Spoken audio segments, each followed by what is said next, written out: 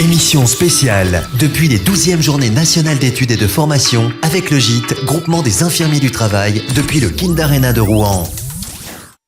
De retour à Rouen, nous sommes au Kind Arena pour suivre, avec beaucoup de passion, le cheminement de cette 12e journée nationale d'études et de formation consacrée à l'infirmier, à l'infirmière, acteur de la promotion aux santé au travail, vers une culture de prévention. Les invités se succèdent avec beaucoup de plaisir. C'est Samira Lefort qui vient de s'asseoir à notre table, infirmière de santé au travail, service inter-entreprise du BTP du bâtiment, etc. Samira Lefort, bonjour. Bonjour. Ça va ? Très bien. Cool. Service inter-entreprise du BTP. Expliquez-moi un peu. Alors, service inter-entreprise du BTP, c'est un service en fait qui s'occupe des entreprises qui travaillent donc dans le bâtiment et les travaux publics. Et donc, on a pour mission de préserver la santé des salariés par le biais du suivi en fait individuel en santé au travail des salariés qui travaillent dans le BTP et de conseiller les employeurs qui adhèrent à notre service de santé au travail. C'est une association. Vous n'êtes pas dans une entreprise, vous bougez un peu. Exactement. En fait, on a un siège et puis on a des cabinets qui sont répartis sur la région du 76, hormis Le Havre. Donc on a 5 cabinets. Et voilà, pour être au plus près des entreprises et pouvoir les suivre et les conseiller, puisqu'on se déplace aussi en chantier. Avec des risques bien spécifiques naturellement quant au BTP, parce que ce ne sont pas les mêmes que dans le tertiaire, ou est-ce que vous pouvez nous en dire un petit peu plus ? Alors tout à fait, c'est quelque chose qui a été et qui est encore défendu de préserver cette spécificité-là qu'est le BTP, puisque dans d'autres secteurs, en fait, on parle de services interprofessionnels et nous, on a vraiment cette étiquette BTP, puisque les risques professionnels sont spécifiques. Il y a des similitudes, hein, on pense notamment au RPS qu'on retrouve un petit peu dans les différents domaines d'activité, mais le BTP, c'est notamment l'amiante, par exemple. On a beaucoup aussi de risques chimiques, notamment dans le TP, tout ce qui est lié aux enrobés, hein, entre autres.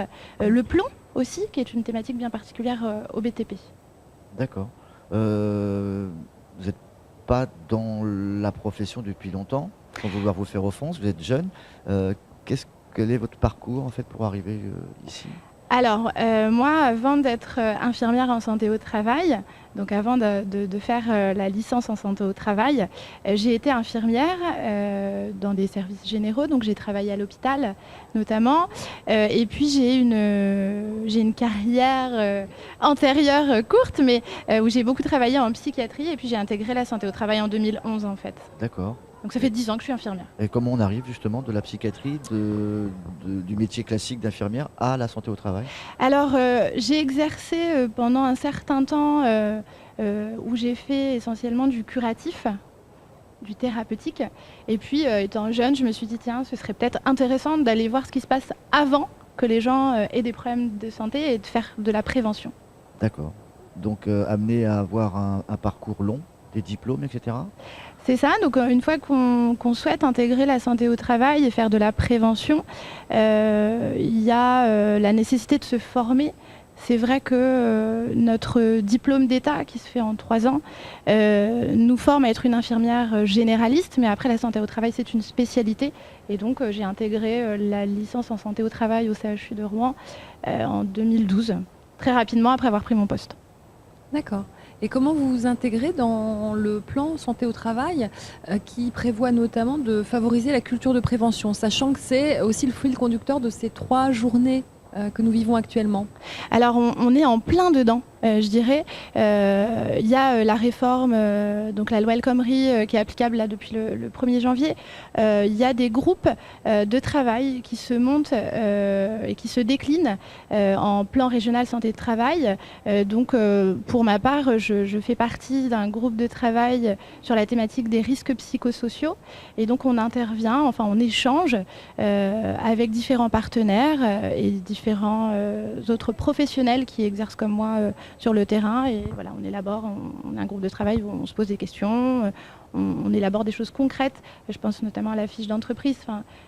Comment on intègre le risque psychosocial dans la fiche d'entreprise. Voilà, on échange en région à ce propos-là. D'accord, on voit encore l'intérêt de l'action collective et de l'action en réseau. C'est un peu différent. Tout à fait. L'action collective, l'action en réseau. Et puis cette notion, on en parle beaucoup ici, cette notion de pluridisciplinarité. Ça, c'est aussi quelque chose qui m'a motivée à intégrer la santé au travail. la pluridisciplinarité. Voilà, on travaille avec les médecins du travail, évidemment, les préventeurs, les IPRP, et différents autres corps de métier. Je pense en entreprise, ce qu'on appelle les QSE, les personnes qui s'occupent de la sécurité, de l'environnement, d'hygiène au travail. D'accord. Et vous travaillez également dans le milieu de, vous parlez de l'environnement, etc., dans les nouvelles technologies, les nouveaux métiers, les filières vertes, etc. Parce Alors, que là aussi, il y a des risques, comme ces métiers sont nouveaux. tout à fait. Les éoliennes, peut-être pas pour vous, mais il y a des nouveaux métiers. Bien sûr, il y a des nouveaux métiers. Je pense que c'est ce qui nous attend à l'avenir. Pour l'instant, c'est encore, on y va tout doucement. Il y a tellement à faire, c'est vrai, mais on y vient tout doucement quand même. Il faudrait un médecin du travail par corps de métier. Ça serait bien, ça serait l'idéal. Vous n'êtes pas nombreuses, en tout cas, sur le territoire. Je ne sais pas si c'est l'idéal parce que les médecins du travail sont... Alors, ils ont leur spécificité chez nous. Par exemple, il y a un médecin du travail qui s'occupe de tout ce qui est ce qu'on appelle le DATR, le suivi DATR, donc suivi nucléaire. Donc, ce médecin du travail a cette spécificité-là. La pétrochimie, etc. La pétrochimie, exactement. Mais ils aiment aussi toucher à tout, je dirais. D'accord. Anne-Marie ? Je suis assez d'accord, la transversalité est très importante et effectivement, autant l'approche par l'activité est essentielle, je crois, c'est ce qui nous rassemble, autant ne pas se fermer non plus dans une pratique exclusive, dans une profession exclusive est aussi importante pour s'ouvrir, je crois, à ce qu'on va accueillir, parce que ce qui compte, c'est, me semble-t-il, et c'est ce que vous avez aussi démontré, c'est d'aller rechercher les indicateurs, les éléments et d'être à l'écoute et attentif, plutôt que d'arriver avec, au-delà de sa technicité, d'arriver avec des éléments qu'on colle et qu'on cale C'est ça, sur un terrain qui est propre, propre et inhérent à chaque organisation. C'est ça, tout à fait. C'est ce qui enrichit le travail et c'est ce qui permet un meilleur suivi santé-travail des salariés, et un meilleur conseil auprès des employeurs. On s'enrichit énormément de nos collègues, mais on s'enrichit énormément de la pratique de terrain. De la part des salariés qui nous apprennent beaucoup. Moi, quand je suis arrivée en santé au travail, mon papa est maçon. Pour la petite histoire, c'est ce qui a aussi motivé mon choix à intégrer le BTP. En réalité, quand je suis arrivée, il y a plein de choses que je ne connaissais pas du BTP, et c'est eux qui m'ont appris. C'est eux qui m'ont fait part de leur métier, ils en parlent avec passion. C'est des passionnés, les gens qui travaillent dans le BTP. C'est peut-être des métiers très pénibles, mais ils en parlent avec passion et on apprend beaucoup à travers Il faut eux. un peu de psychologie dans votre métier, non ? Un peu ? Il en faut, que ce soit en santé au travail ou en général, bien sûr, il faut de la psychologie, de la diplomatie aussi. Avec les directeurs d'entreprise, souvent. Oui. Ils sont peut-être pas forcément à l'écoute de ce que vous leur demandez pour que ça aille mieux au niveau des salariés. Parce que si le salarié va bien, l'entreprise va mieux. Tout à fait. Alors, moi, j'ai pas, de façon générale, j'ai plutôt rencontré des chefs d'entreprise soucieux de Voilà, exactement, à l'écoute. Je pense qu'ils ont intégré, ça arrive de plus en plus, ils ont intégré cette notion dont parlait un intervenant ce matin, que plus on va s'intéresser à la qualité au travail, à la santé au travail, et plus l'entreprise s'y retrouve aussi en termes de performance. Alors après, performance, on y met tout un tas de choses derrière. Mais évidemment, pour eux, c'est moins d'arrêt de travail, de façon générale, vraiment, s'il fallait l'entendre de ce point de vue-là. Donc, des salariés qui sont en bonne santé, c'est une entreprise en bonne santé, comme vous l'avez dit. Ouais. On parlait du rendement également.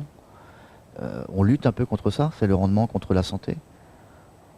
Alors il y a ces notions-là, bien sûr, faut pas se le cacher. Ce qui est compliqué, c'est que nous, on a un objectif, donc santé-travail, donc préserver la santé du salarié. Notre angle d'attaque, je dirais, de vision, c'est la santé.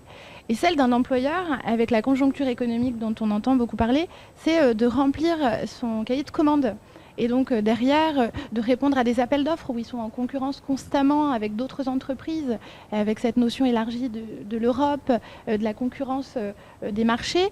Donc du coup, ils doivent aussi répondre à cette attente-là que nous, on intègre évidemment dans notre travail. Et le tout, c'est de pouvoir s'entendre entre leurs contraintes en tant qu'employeur et nous, le fait de préserver la santé du salarié. Mais il y a une santé au travail pour les cadres ou pas ? Bien sûr. Ouvriers, cadres. Ils consultent aussi. Exactement. Ils consultent, c'est peut-être pas le terme, mais vous êtes aussi à leur écoute, quoi. Ah, évidemment. Ouais. toutes catégories socio-professionnelles. Et je dirais même, pour parler de ce qui se fait chez nous à Santé BTP, depuis quelques années, à la demande d'ailleurs des employeurs et des fédérations patronales, entre autres, on a créé une cellule qui s'appelle le soutien aux employeurs, qui ne sont pas étiquetés comme étant salariés, donc qui nous échappent dans le suivi santé-travail, mais qui, quand ils sont en difficulté, notamment sur des suivis de commandes, des notions de conjoncture économique, on est à l'écoute. Les médecins du travail et les infirmiers sont à leur écoute. Samira Lefort, merci d'avoir accepté notre invitation. Mais je vous en prie, avec plaisir. On vous souhaite en tout cas le meilleur pour la suite de ce forum. Vous restez jusqu'à la fin? Jusqu'à la fin, jusqu'aux 3 jours. Okay. Merci, à très vite. Au revoir. Merci à vous.